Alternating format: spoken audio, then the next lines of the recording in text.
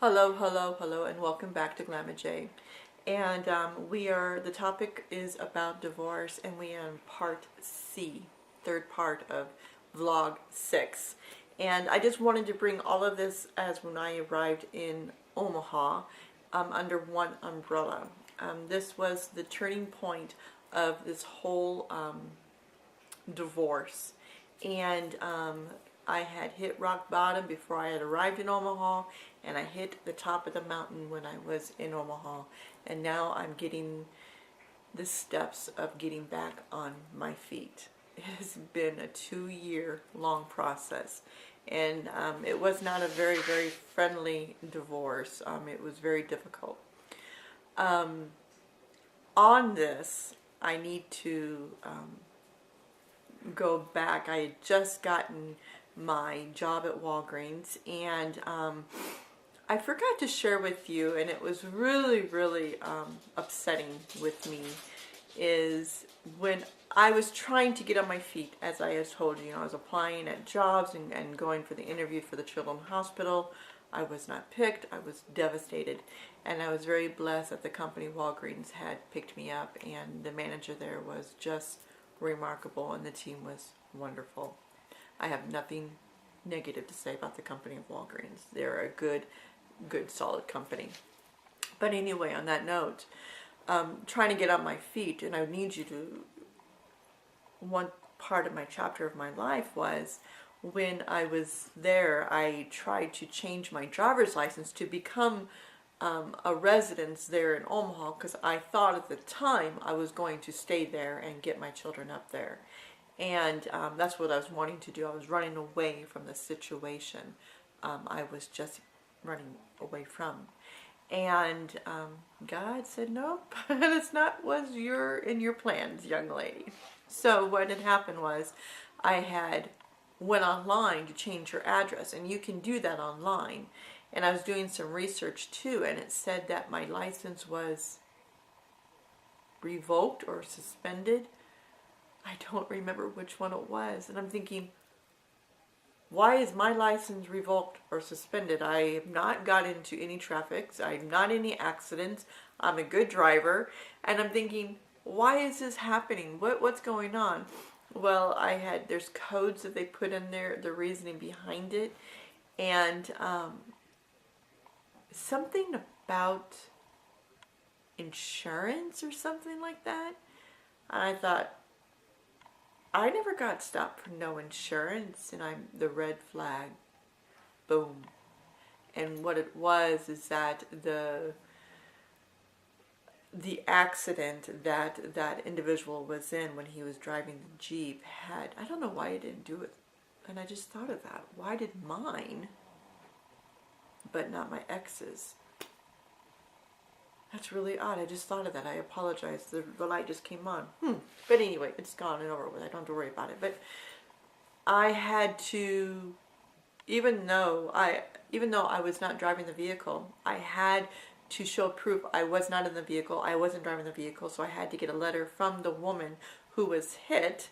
And like I stated in the different vlogs, that she was wonderful. She worked with me. She did what she needed to do to verify and vouch for me.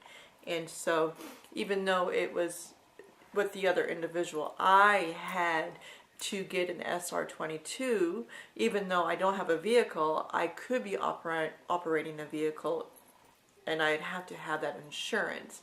And so yeah, it was just, this was a learning curve. So if someone wants to borrow your car, I would be really, really, really careful. You have that right to say no. And even though they could be your best friend, or, just, they could say they have their license and they don't. You can try to be a nice person. You know what? Don't go through what Glamour J went through. Seriously. I didn't realize it was revoked. Thank God I didn't get caught driving anywhere. I would have been sent to jail. So it was sort of a wake-up call of what he was doing. I mean, it was a pattern. This individual that I was dancing with, which is like, to me, I'm using the verbiage dancing with the devil. That's what I was doing. I was playing the game, and I I was dancing. And it was no tango or no salsa here. It was very vicious, very vicious. And I had to think of a plan. How can I get back to Wichita? And where can I go? I didn't want to go back to my husband's house. And I had communication with him, knowing, because something had occurred with our daughter. So there had been communication, and he knew I was wanting to get back, but there was no way he was going to help me, or no way in hell he was going to help me, which I'm okay with that today. That's all right, you know. It's all right. I was weak. I was asking help from anybody, you know. I mean, I was getting stronger, but still you're trying to get your resources. So what I did, I don't know what had happened or how it occurred, but I had another angel that came into my life. She was already in my life, but somehow we connected. And Farah had asked how I was doing, and I told her I need to get back. I need to ask you for a big favor, and I cannot believe I asked her this. Cannot believe it. But she knew me when we had worked at the Red Cross, and she knew things what happened to me, and she goes, well, let me talk to my husband, and we'll see if he can come up and get you and the cats. At this time, I was reading a book. In this book, my goal was to finish it before the day I left, and it's a book I recommend everybody to read.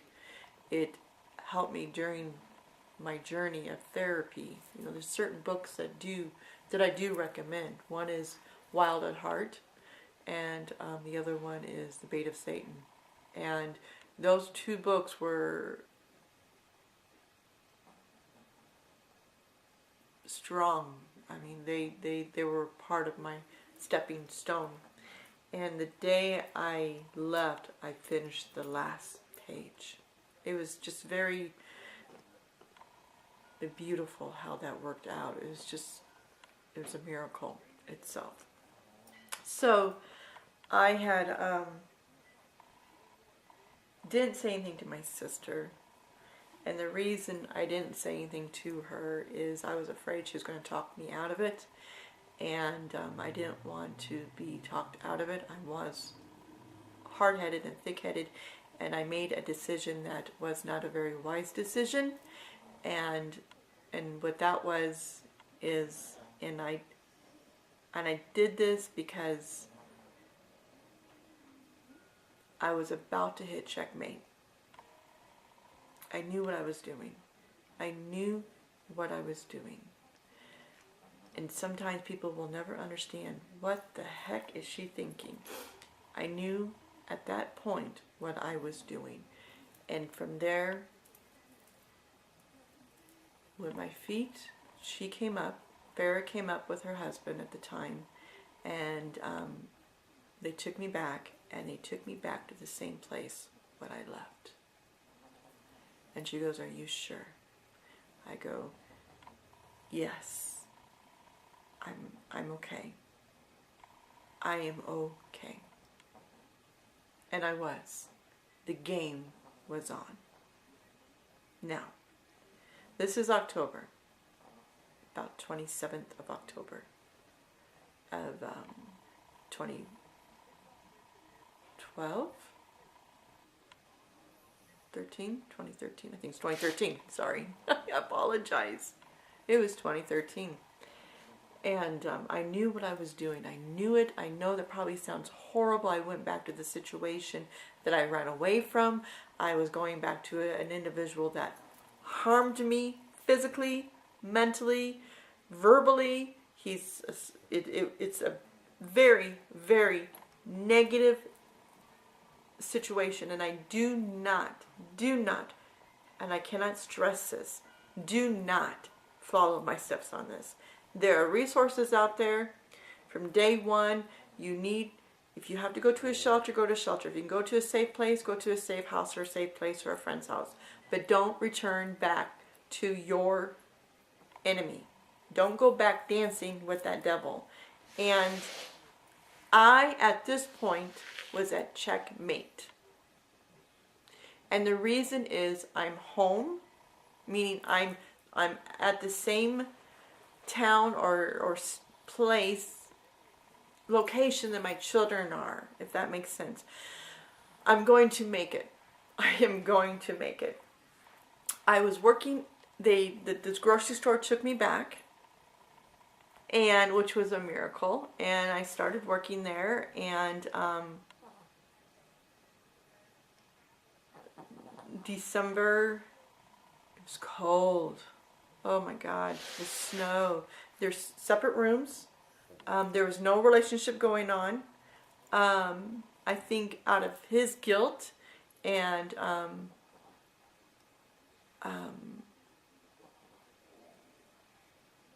don't know. I don't know what it was. He tried, but no. I was strong enough, and he knew it. He couldn't play me anymore. So then there was a roommate there at the place. There was a roommate there, and he worked at Lowe's, and Tim was another factor of this situation, and Tim was a witness to a lot of the abuse. Tim saw this. Tim knew what I was doing. Tim knew the game that I was playing, and that's not safe, ladies or gentlemen. I'm stressing this to you. Divorce is not a game. You have to make yourself healthy. And I was on the step doing that. I do not recommend this for anybody. I am stating to you what I did, and a lot of the choices I made were not good decisions. And the reason why I made poor decisions in some of the things I did is because I was not mentally okay, and I did not have the strength to believe in myself to know that I was going to succeed. And God was watching over me. God was watching over me. So I applied for Lowe's, and because I was trying to get out on my own. Tried everything. And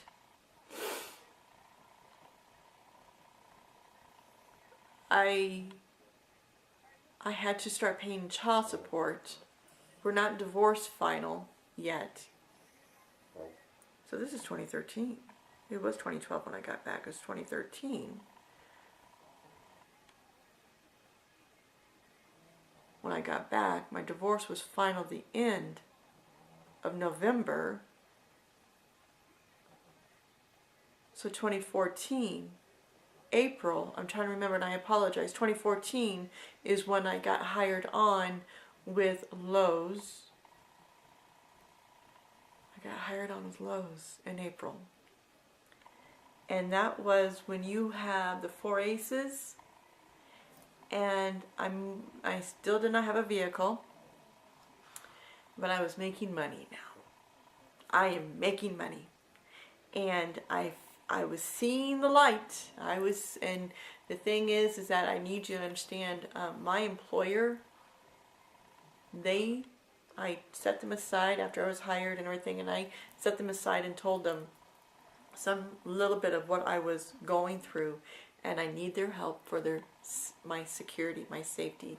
If this individual comes into the store, please watch, because I don't want to be harassed.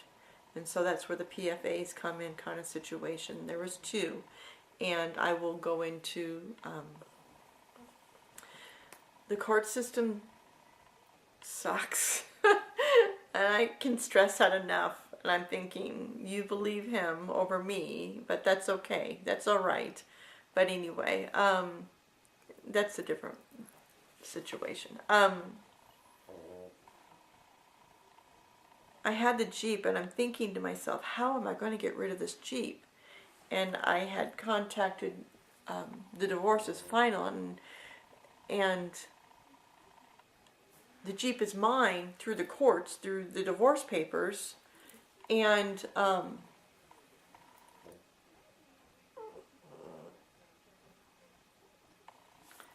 can sell it. I can sell it for parts. I can have them come pick it up. I can use that money to help me to move out. Perfect plan. Perfect plan. So now I got the job. I got a good job. I'm making good money. I got a promotion within the week. I am now into a supervisor position. I'm not, I am like skipping down that hill. I'm skipping. I'm not running. I'm skipping. I'm just like, okay, I can do this. I can do this. I'm riding my bike. I'm feeling good. I'm feeling healthy. And he is attacking me, meaning he sees something happening with me. He sees something. I'm getting stronger, and he cannot get to me. His ways are not bothering me anymore. I'm able to shut him down. I'm able. My confidence is Jay is back. Jay, the new, the healthy, the good, the woman who's fought is back. And we're at checkmate. Remember, we're at checkmate. So on vlog 7 will be the ending of the story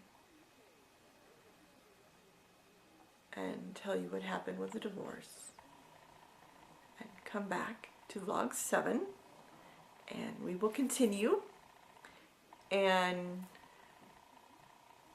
you'll be surprised. You'll be surprised what happened.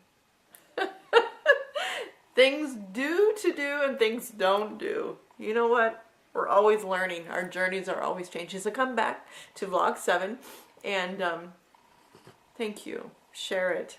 You know, if something like this is hitting somebody or going through this, or they need someone to listen to, or you know, there's resources and they can write a comment, share the vlog or vlogs. I love you. Come back to vlog 7. Love you. Klamache.